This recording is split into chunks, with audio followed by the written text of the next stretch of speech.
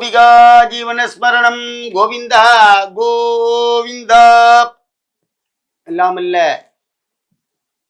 எம்பெருமானின் அனுகிரகத்துல கூடாரவல்லியுடைய மகா சிறப்புகள், சூடி கொடுத்த சுடற்குடியுடைய மகா வைபவம், ஸ்ரீவல்லிபுத்தூர் ஆண்டாள் நாச்சியார், இந்த அடியார்கள்ல பார்த்தீங்கன்னா வைணவத்திலே இரண்டோ உண்மைதான் 64ல அடியார்கள் ஒருத்தர் காரைக்கால் அம்மையார்.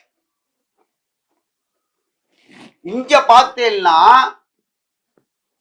ஆண்டாள் தாயார் இந்த ஆழ்வார்கள்ல ஒருத்தர், ஆண்டாள் நாச்சியார். சுவாமி இவ்வளோ பெண்மணிகள் பிறந்து உள்ளார்கள், இவ்வளோ பேர் பிறந்தா பூலோகத்துல, இங்க 12 அங்க 64, அதுல ஒண்ணு பொண்ணு இங்க ஒரு பொண்ணு, சரியா போச்சு. ஏன் மற்றவர்கள் வரவில்லை?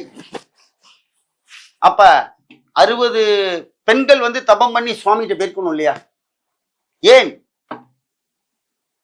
சம்சார சக்கரத்திலே இருந்தவர்கள் சுவாமிகிட்ட போகணும் ஆசைப்படுறவா, முடியல. இதில் யாருக்கு பாக்கியம்? இந்த வைபவத்தின் மகா வைபவம் என்ன, பலன் என்ன? முதல்ல கூடாரவல்லி அன்னைக்கு யாருக்கான பிரசவத்துல குழந்தை பிறந்தால் அவள் ஆண்டாள் நாச்சியார். தெய்வ பக்தியில் சிறந்தவர்களாக விளங்குவார்கள். ஆண்டாள் நாச்சியார் என்ன பண்றாள் அப்படின்னா, இந்த மார்கழி மாசத்திலே திருப்பாவை தப்பாமல் பாடி எல்லாரையும் வரவழைச்சு, அதெல்லாம் அந்த காலத்துல, இந்த காலத்துல யாருமே கோவிலை விட வலம் வர மாட்டேங்கிறார். அந்த காலையில மார்கழி மாசம் மட்டும் காலையில எழுந்து நீங்க போய் சுவாமி கோவில போயிட்டு வீதி பிரதட்சணம் பண்ணணும், மாட வீதியை சுத்தி வரணும். அந்த மாட வீதியை சுத்தும் போது ஒரு உணர்வுகள், ஒரு சக்திகள் நம்மள்கிட்ட வரும். சுவாமியுடைய அனுகிரகம் பளிச்சுன்னு கிடைக்கும். ஆண்டாள் தாயார் என்ன பண்றா அப்படின்னா, எல்லாரையும் காலையில எழுப்பிண்டு அந்த நாமசங்கீர்த்தனத்தை பாடின்னு வராளா சுவாமிகிட்ட. அப்ப இந்த 27வது பாடலாக இருக்கக்கூடிய கூடாரவல்லி அன்று, அந்த நாள் மட்டும் என்ன சிறப்பு அப்படின்னா, சுவாமி ஆண்டாள் தாயாரை ஏற்றுக்கொள்ளக்கூடிய நாள் அன்று. அம்பாள் மாலை கொடுத்து கொடுத்து ஸ்ரீரங்கநாதருக்கு அன்னைக்கு ஸ்ரீவல்லிபுத்தூர்ல இருந்து மாலை சாத்துவா. இதில் அன்னைக்கு தரிசனம் பார்த்தே ஆகணும் ஆண்டாள் தாயார். என்னைக்கு அப்படின்னா 11/1/2025 சனிக்கிழமை அன்று கூடாரவல்லி நாள். கல்யாணம் ஆகாத குழந்தைகள், ஆண் பெண்கள், அம்மா எனக்கு 60 ஆகணும், எனக்கு இன்னொரு திருமங்கல்ய தாரணம் ஆகணும், 70 ஆகணும், 80 ஆகணும், எல்லாரும் தாயார போய் அன்னைக்கு தரிசனம் பண்ணணும் கோவில்ல.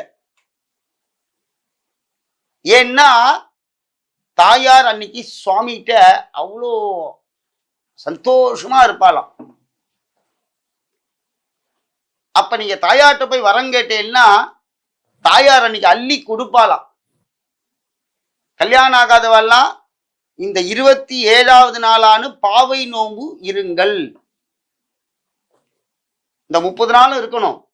என்னால 30 நாள்லாம் இருக்க முடியல மாமா, எனக்கு இந்த கதை தெரியாது அப்படின்னா, வருகிற 11ஆம் தேதி அன்று 11/1/2025 அன்று கண்டிப்பாக கல்யாணம் ஆகாத குழந்தைகள் விரதம் இருங்கள், ஆண்டாள் தாயாரை தரிசனம் செய்யுங்கள், ஒரு மாலை வாங்கி சாத்துங்க ஆண்டாள்கிட்ட. அந்த மாலையை சாத்தி உங்க கழுத்துல போட்டு பட்டாச்சாரியத்தை கேட்டு வாங்குங்க. உங்க கழுத்துல போட்டுன்னு ஆத்துக்கு வாங்க.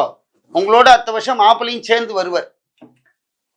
ஆமா எங்களுக்கு குழந்தை பாக்கியம் இல்லை அப்படின்னா பெருமாளுக்கு மாலை வாங்கி சாத்துங்கள். தாயாரை சேர்த்துக்கொள்ளிய நாள் சுவாமி ரொம்ப சந்தோஷமா இருப்பாராம். கஷ்டங்களை போக்கக்கூடிய நாள் கூடாரவல்லி. பயப்படாதீங்க, என்னை ராகு படுத்துறார், கேது படுத்துறார் அப்படின்லாம் கவலையே பட வேண்டாம். கூடாரவல்லி அன்று ஆண்டாளை தரிசனம் செய்யுங்கள், சர்வரோக நிவாரணம். அப்படி ஒரு பாக்கியத்தை கொடுப்பாளா அம்பாள். பெருமாளும் அன்று அனந்த கோலத்தோட நமக்கெல்லாம் காட்சி அளிப்பார். ஆகையினால ஆன்மீக நேயர்களே, இந்த கூடாரவள்ளி அன்று ஆண்டாள் தாயாரை தரிசனம் செய்யுங்கள். முடிந்தா அந்த பாசுரத்தையும் பாடலாம். ஏன் எல்லாரும் வைகுண்ட ஏகாதசி பெருமாளை மட்டும்தான் போய் பார்க்க ஓடுவா. கூடாரவள்ளி அன்னைக்கு தாயார் சன்னதியை போய் பார்க்கணும், ஆண்டாள் சன்னதியை. அப்படி ஒரு அழகா இருப்பாள் அம்மாபாள். ஆகையினால இந்த கூடாரவள்ளி என்ன பண்ணணும் அப்படின்னா, சக்கர பொங்கல் அன்னதானம் செய்யுங்கள், அக்கார வடிசல் அன்னதானம் செய்யுங்கள். எல்லாம் நீங்களா மற்ற நாள்லாம் ஆத்துல பொங்கல் வச்சு எல்லாம் வெளியில அன்னதானம் பண்ணிட்டு இருக்கேன்.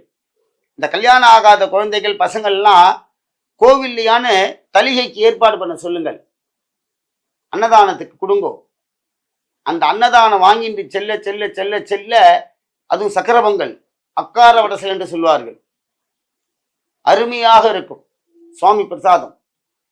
அது அன்னதானம் பண்ணி எம்பெருமானுடைய அனுக்கிரகத்திற்கு பாத்திரமாகலாம். ஏன் மாமா அப்படின்னா, கல்யாண வைபோகமே ராமா கல்யாண வைபோகமே. நம்ம பாத்துல கட்டிமான கொட்டணும் சார். ஆகையினால கல்யாணம் ஆகாத குழந்தைகள் எல்லாம் ஆண்டாள் தாயாரை தரிசனம் செய்து மாலை வாங்கி சாத்துங்கள். கோவில்ல அக்கார வடசல் தலிகை விட்டு மக்களுக்கு அன்னதான வைபவத்தை செய்யுங்கள். ஆமா, நாங்க அன்னதானம் பண்ணலாம்னா வெளியில உட்காந்துட்டு தயிர் சாதம் புளியும் சாதம் என்ன அன்னதானம் வேணாலும் பண்ணலாம். இல்லை உங்க காத்து வாசல்ல வச்சு கூட நீங்க கொடுக்கலாம். தாராளமா கொடுங்கள், அன்னதான வைபவம் பண்ணுங்கள். கூடாரவள்ளி அன்று தாயார் ரொம்ப சந்தோஷப்படுவாளாம். ஆகையினால ஆன்மீக நேயர்களே, வைகுண்ட ஏகாதசியில விரதம் இருந்து எம்பெருமானை தரிசனம் செய்து, சுவாமி என்னால ஆத்துல உடம்பு சில நான் படுத்துட்டு இருக்கேன், நான் எப்படி தரிசனம் பண்ணுவேன், எனக்கு வயசாயிட்டு அப்படின்னு நீங்க நினைச்சுட்டு இருக்கீங்களா? ஆத்துல உட்கார்ந்துட்டே சொல்லுங்கோ, நாராயண மந்திரத்தை சொல்லுங்கள், கோவிந்தன் நாமத்தை சொல்லுங்கள், ராமநாமத்தை ஜெபிங்கள். நமக்கு சொர்க்கவாசலை சுவாமி காமிப்பார்.